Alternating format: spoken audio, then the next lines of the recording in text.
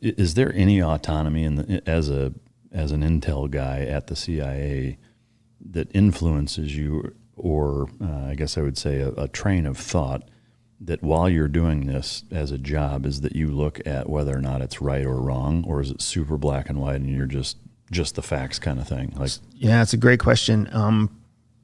It develops over time, just like with any career. When you first come in, you start to learn in hindsight. In hindsight, you start to realize why the military recruits young, why CIA recruits young, why FBI recruits old, right? The average CIA officer recruited is about 26 years old. The average FBI officer is like 32. Why? Well, you start to realize that what they're looking for in their recruits requires a certain number of years of life experience. And what CIA really wants from a young recruit is black and white thinking, clear loyalty, clear division of opinion and fact, because they can cultivate that into somebody who operates autonomously in the field, predictably, for about 3 tours. But they also know that after 3 tours, they need to bring you back to Langley so they can reinstitutionalize you, help you rest and recuperate, help you kind of get through some of the trauma you saw for those first 3 tours. And then, depending on how you perform at Langley, they might send you out for another tour or 2 in a middle-level leadership role, bring you back, and then only like the senior 5 or 10% ever go back out into the field again for a senior job for exactly that reason, because they know they can't send someone out who is going to question what's right, wrong, priority, not a priority, because our job, our mission is to execute the intelligence requirements dictated by the United States policymakers who are elected officials put in positions of identifying intelligence priorities. Yeah. So even more so that way in the military, like I just need somebody who's going to do what the fuck I tell them to do. And the older you get and the more behind the curtain you see, the less that happens. And objectivity is your worst nightmare, basically. Yeah. And so think about what that means. And this is the uncomfortable conversation I feel like not enough people have. That means your senior military officers are not the most capable. Yeah. They're the most obedient. Oh, for sure. The most institutionalized. Yeah. It means the people who are leading FBI, CIA, NSA, those are not the most capable, most intelligent, most innovative. Yeah. They are the people who fucking color within the lines, and they've done it their entire career, and they will yes their way up the fucking ladder. Yeah. I mean, to me, it's that way in corporate America too, because there are parallels there with, because a lot of like C-suite guys at huge corporations. I mean, it's it kind of almost shadows like the game show Survivor. Oh yeah. It's like, it's not who's the best, it's who's the best at not pissing anybody or the fewest people off and being enough of a gray man, being just charming enough. I mean, it kind of reminds me of the scene in Ocean's 11 where they're in the elevator and Matt Damon's talking to one of the other guys, telling him how to not fucking stick out, like be funny but not too funny, be charming but not memorable. Like, it's kind of that same thing. It's like, it almost has nothing to do with competency. It's who checks the right box, who pisses the fewest people off, who does what they're told, just enough to fit in, not so much to where, everybody fucking hates you and you're a total kiss ass. It's, it's a really weird metric or path to success. And it seems to be paralleled in all big industries. Well, arguably what I would say is that we're actually seeing a transition. I would say 10, 12 years ago, you were exactly right. In multiple industries, from government to corporate America, you played by the rules. You did what the board told you to do. You did what the donors or the investors told you to do, and you just did it, right? But with the advent of companies like Facebook, with Twitter, with PayPal, a new generation of business leaders came in that were absolutely countercultural, right? Elon Musk, one of the richest, most famous guys in the world, on the autistic spectrum. Nobody likes him. Even the people who love his products don't really like the man. And yet somehow he is able to become a personality force of nature. Zuckerberg was the same way for a long time.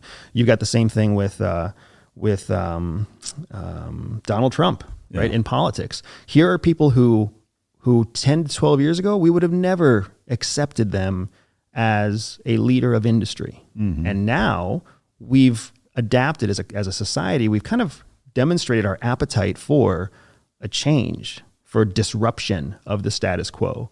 And I think that especially even now as we sit here, the Democratic National Convention's happening in Chicago, and in the field of politics, you can literally see this playing out. You can see one side saying we want to disrupt the status quo, and one side saying we represent the status quo, stay true to the status quo, double down on the status quo. And it's happening at the political level. It's happening in corporate America with different CEOs. But as you and I know very well, government always moves slower than speed of business. Yeah. So one day, I'm hoping we will see a day where colonels and generals are specifically chosen because they disrupted what we did in the past and found a better way to create a process. But it's going to take a whole new generation of military officers. Well, yeah, that, and I think it's going to take an administration that values and rewards that too, because I do think that there's probably some guys that fall into that category that, if somebody, or if there were enough administrations in a row in charge that fired shitbags and hired and rewarded the true patriots, I think you could change it relatively quick, but I think that's the only way to do it. Back to the corporate thing, it sounds like from what you're saying that you see it as kind of an old guard and a new guard, like there's two very different types of industry. Right, and I would say that for a few reasons, right? So I'm very blessed now that a big chunk of the revenue that's generated by my company comes from industry leaders, high net worth, ultra high net worth, investors, strategic advisors, CEOs. And I'll just tell you one real quick example. I have a client in LA who works in the cannabis industry, and he's a leader in the cannabis industry, specifically in his sub niche, right? And this was a guy who got to where he got because he positioned himself before cannabis was ever legal in the United States. Prior to that, he was just a fucking entrepreneur trying to scrape by to make it work with a product that he believed in, right? And that's all he was doing. But, rebellious, countercultural, everybody thought cannabis would never be legalized. And of course it's not going to be legalized. And if you're helping backyard growers, you're a bad person, right? You're breaking policy. And that was the world he was born of as an entrepreneur. And then he participated in trying to lobby to get it legalized in the United States. He was super smart on all the regulations, which states were going to say yes first. Now he sits in a spectacular apartment in a spectacular part of the city, in a penthouse, in a place that most of us can only dream about living, because he bucked all of the cultural norms. And he said, fuck it, this is what I'm good at. This is where I think we're going. This is my vision. I'm either right or wrong, but I'm all in. Yeah. And we're seeing more and more people like that in industry. I was sitting with a client in New York just a few days ago who's the same way, an architect who's bucking the system and winning most of the time. CIA believes that all people are born with a spy secret superpower. For some people, that means they can win deals. For others, they can spot liars. Some can even seduce lovers. I built a free 3-minute test to help reveal to you exactly what your secret hidden superpower is. All you have to do is click on the link in the description below, take the test, and start using your spy superpower to stay ahead of 99% of people. But bureaucracy and policy works against him. So he's one of those 2 steps forward, 1 step back, because he's constantly fighting an entrenched, marketplace that's still supported by old guard. Yeah. What type of stuff do you do for clients like that?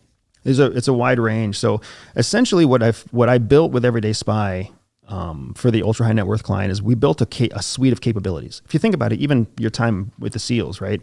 We are not individually talented. We are individually skilled, but not individually talented. If anything, our talent is learning a new skill, learning whatever skills put in front of us. And then what the government does with us, what makes an elite unit, is creating a suite of people who are highly capable in a variety of skills.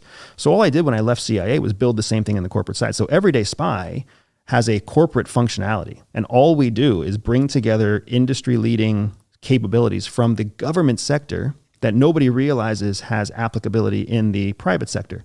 Due diligence, investigations, surveillance, digital surveillance, offensive and defensive cyber operations that are fully within the confines of the law, right? International training, national training, leadership training, all these skills that corporate leaders want and need, especially in the world of new emerging threats.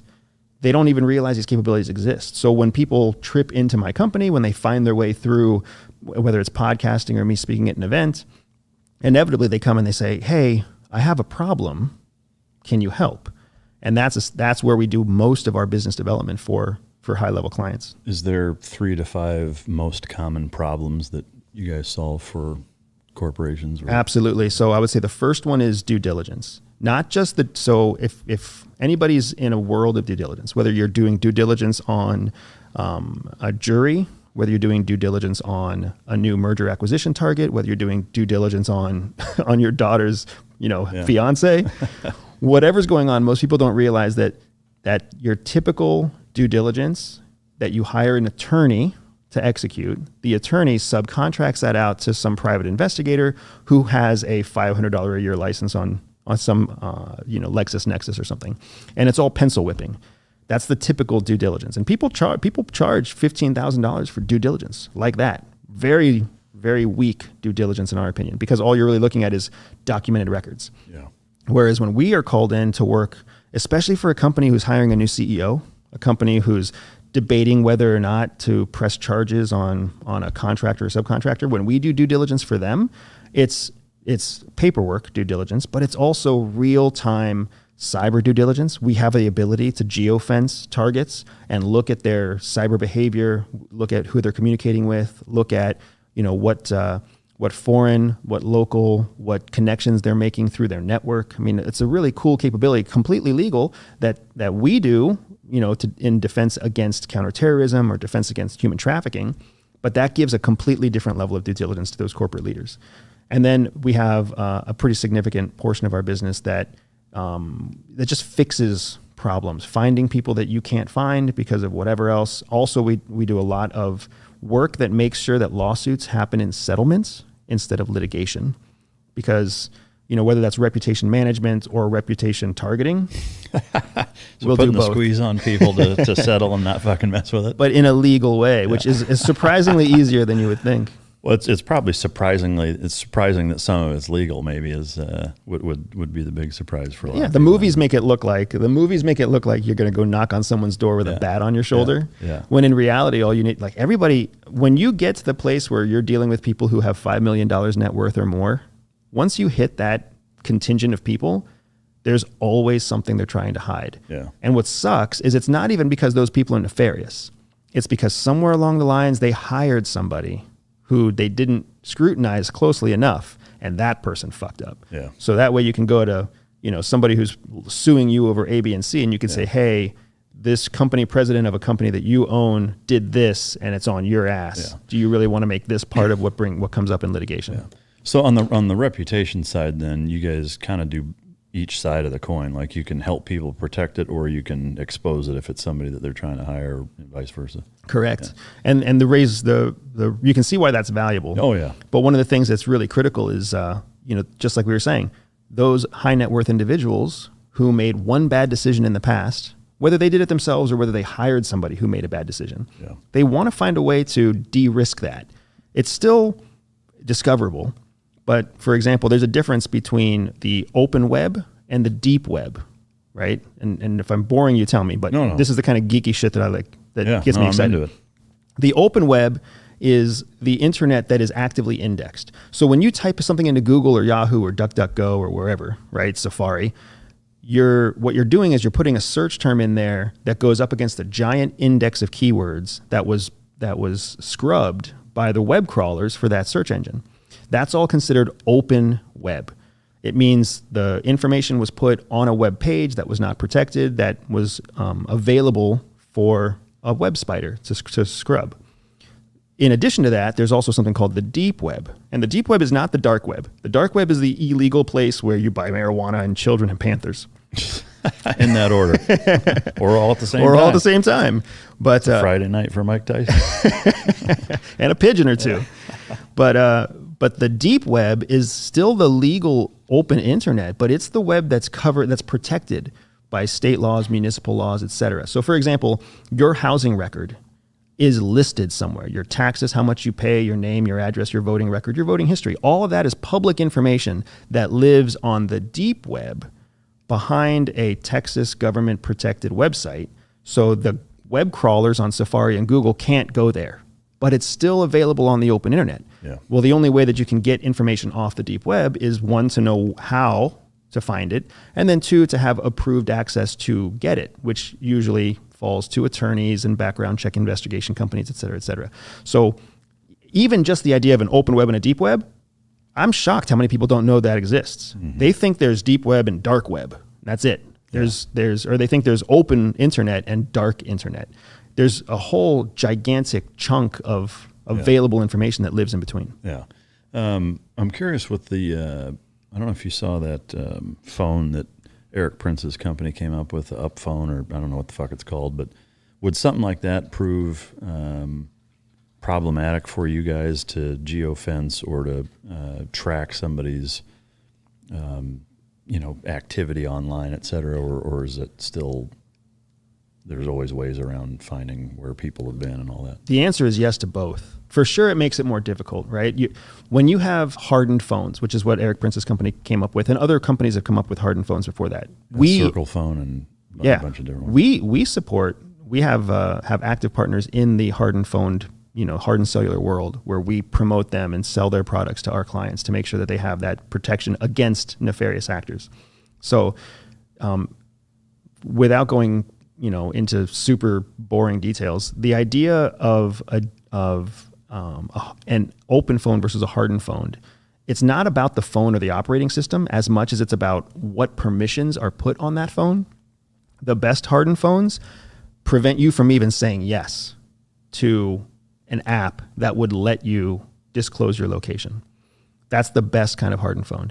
But what we find is a lot of times users, even when they have that phone in their hand, I have a client in California who has a hardened phone, and it's such a pain in the ass to use it. He just doesn't use it. He just doesn't use it. So I'll use that iPhone. Yep. And every time I'm there with one or two of my other support partners, he always says the same thing. He's like, I have the phone, I hate using it. It doesn't work the way I want it to work. Right? Like, it takes too long for me to send this or send that, and people can't reach me, so I don't even use it. And we're like, hey, that's your prerogative. Yeah. But the truth is, those phones work because you and I know that there's a spectrum between convenience and security. Oh, yeah. The more secure something is, bigger pain in the ass. Yeah, I mean, it's like concealed carry and having a really intrusive alarm system in your house. I mean, it's a pain in the ass. You trip it or you forget to set it, or or carrying. Like, there's places that it's problematic to carry in, or it's a pain in the ass, it's uncomfortable. Yeah, I mean, I certainly get all that.